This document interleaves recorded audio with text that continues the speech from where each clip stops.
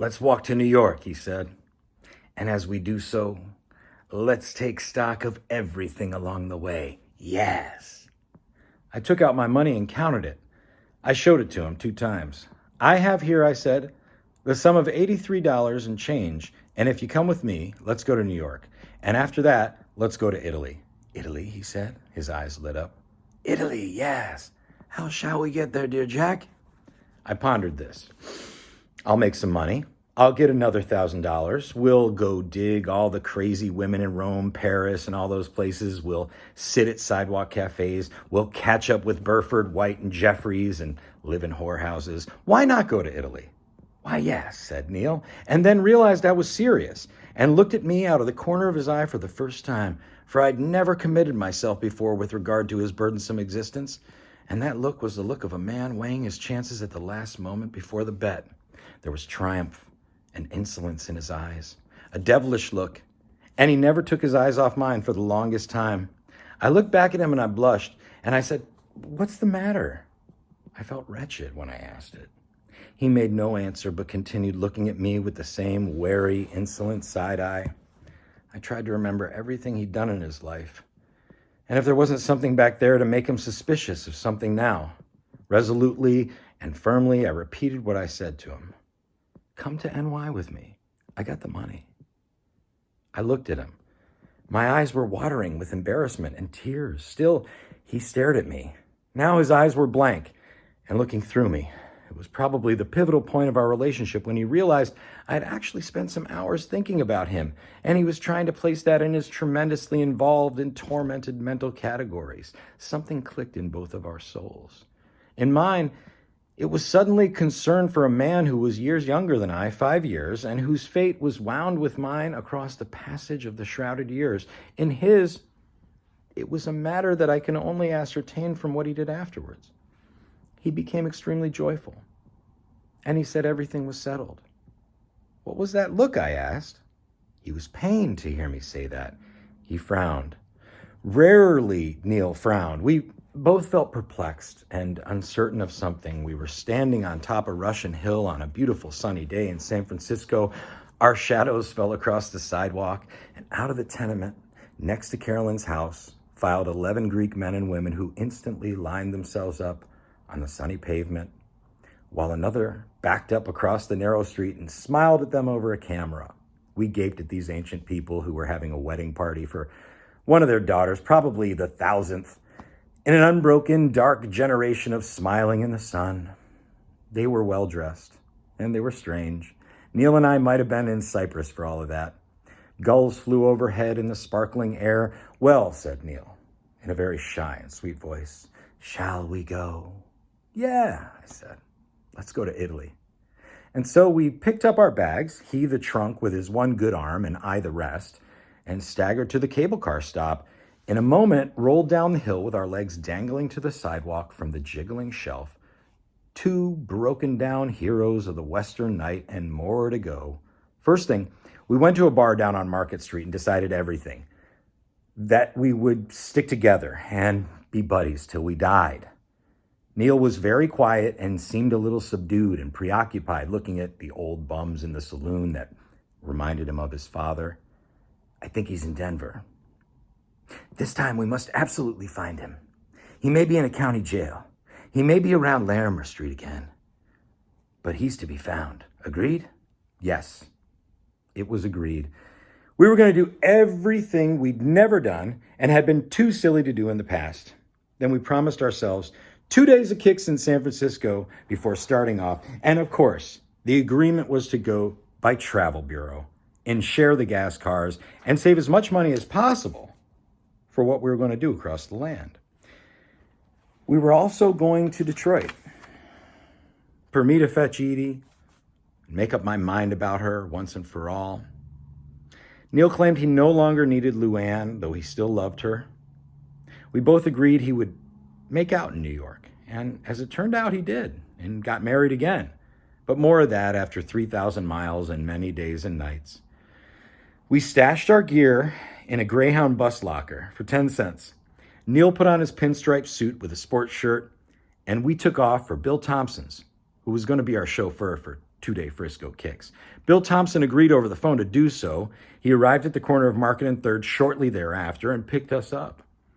Bill was now living in Frisco, working as a clerk, and married to a pretty little blonde named Helena. Neil confided in me that her nose was too long. This was his big point of contention about her for some strange reason, and her nose wasn't too long at all. This must have reached back to the days when he stole Carolyn from Bill in the Denver hotel room.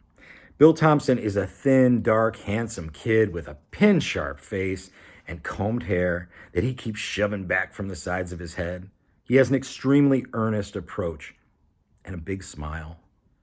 But evidently his wife Helena had wrangled with him over the chauffeuring idea, and determined to make a stand as the man of the house — they lived in a little room — he nevertheless stuck by his promise to us, but with consequences.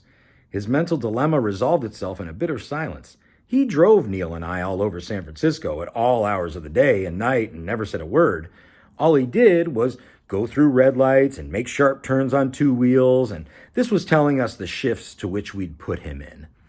He was midway between the challenge of a new wife and the challenge of his old Denver pool hall gang leader. Neil was completely pleased and, of course, unperturbed by the driving. We paid absolutely no attention to Bill and sat in the back and yacked.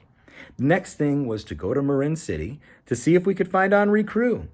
I noticed with some wonder that the old ship, Admiral Freebie, no longer stood in the bay. And then, of course, Henri was no longer in the second-to-last compartment of the shack in the canyon. A beautiful colored girl opened the door instead. Neil and I talked to her a great deal. Bill Thompson waited in the car, reading Eugene Sue's Paris. I took one last look at Marin City and knew there was no sense trying to dig up the involved past. Instead, we decided to go see Helen Hinkle about sleeping accommodations. Al had left her again, was in Denver, and damned if she still didn't plot to get him back. We found her sitting on the oriental-type rug of her 4-room tenement flat on Upper Mission, cross-legged with a deck of fortune cards. I saw sad signs that Al Hinkle had lived there a while and then left, out of stupors and disinclinations only. "He'll come back," said Helen. "That guy can't take care of himself without me. It was Jim Holmes who did it this time." She gave a furious look at Neil and Bill Thompson. "All the time before he came, Al was perfectly happy and worked, and we went out and had wonderful times, Neil. You know that. Then they'd sit in the bathroom for hours, Al in the bathtub, and Holmes on the seat, and talk and talk and talk. Such silly things." Neil laughed. For years, he was a chief prophet of that gang, and now they were learning his technique. Jim Holmes had grown a beard, and his big, sorrowful blue eyes had come looking for Al Hinkle in Frisco. What happened, he actually, and no lie, had his small finger amputated in a Denver mishap and collected a goodly sum of money. For no reason under the sun, they decided to give Helen the slip and go to Maine. This, too, is no lie. Portland, Maine, where apparently Holmes and an aunt of some kind. So they were now either in Denver going through or already in Portland. "When Jim's money runs out, Al will be back," said Helen, looking at her cards. "Damn fool.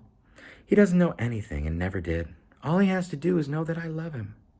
Helen Hinkle looked like the daughter of the Greeks with the sunny camera as she sat there on the rug, her long hair streaming on the floor, plying the telling cards.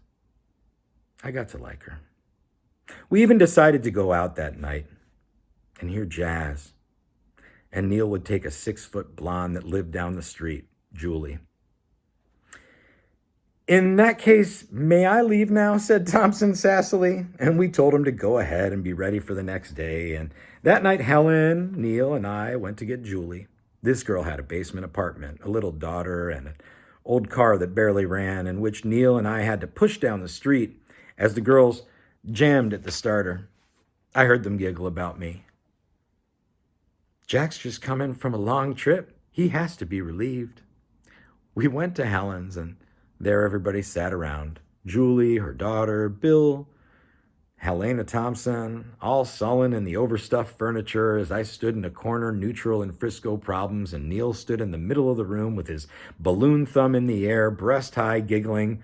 "God damn," he said. "We're all losing our fingers." "Neil, why do you act so foolish?" said Helen. "Carolyn called and said you left her. Don't you realize you have a daughter?" "He didn't leave her. She kicked him out," I said, breaking my neutrality. They all gave me dirty looks. Neil grinned.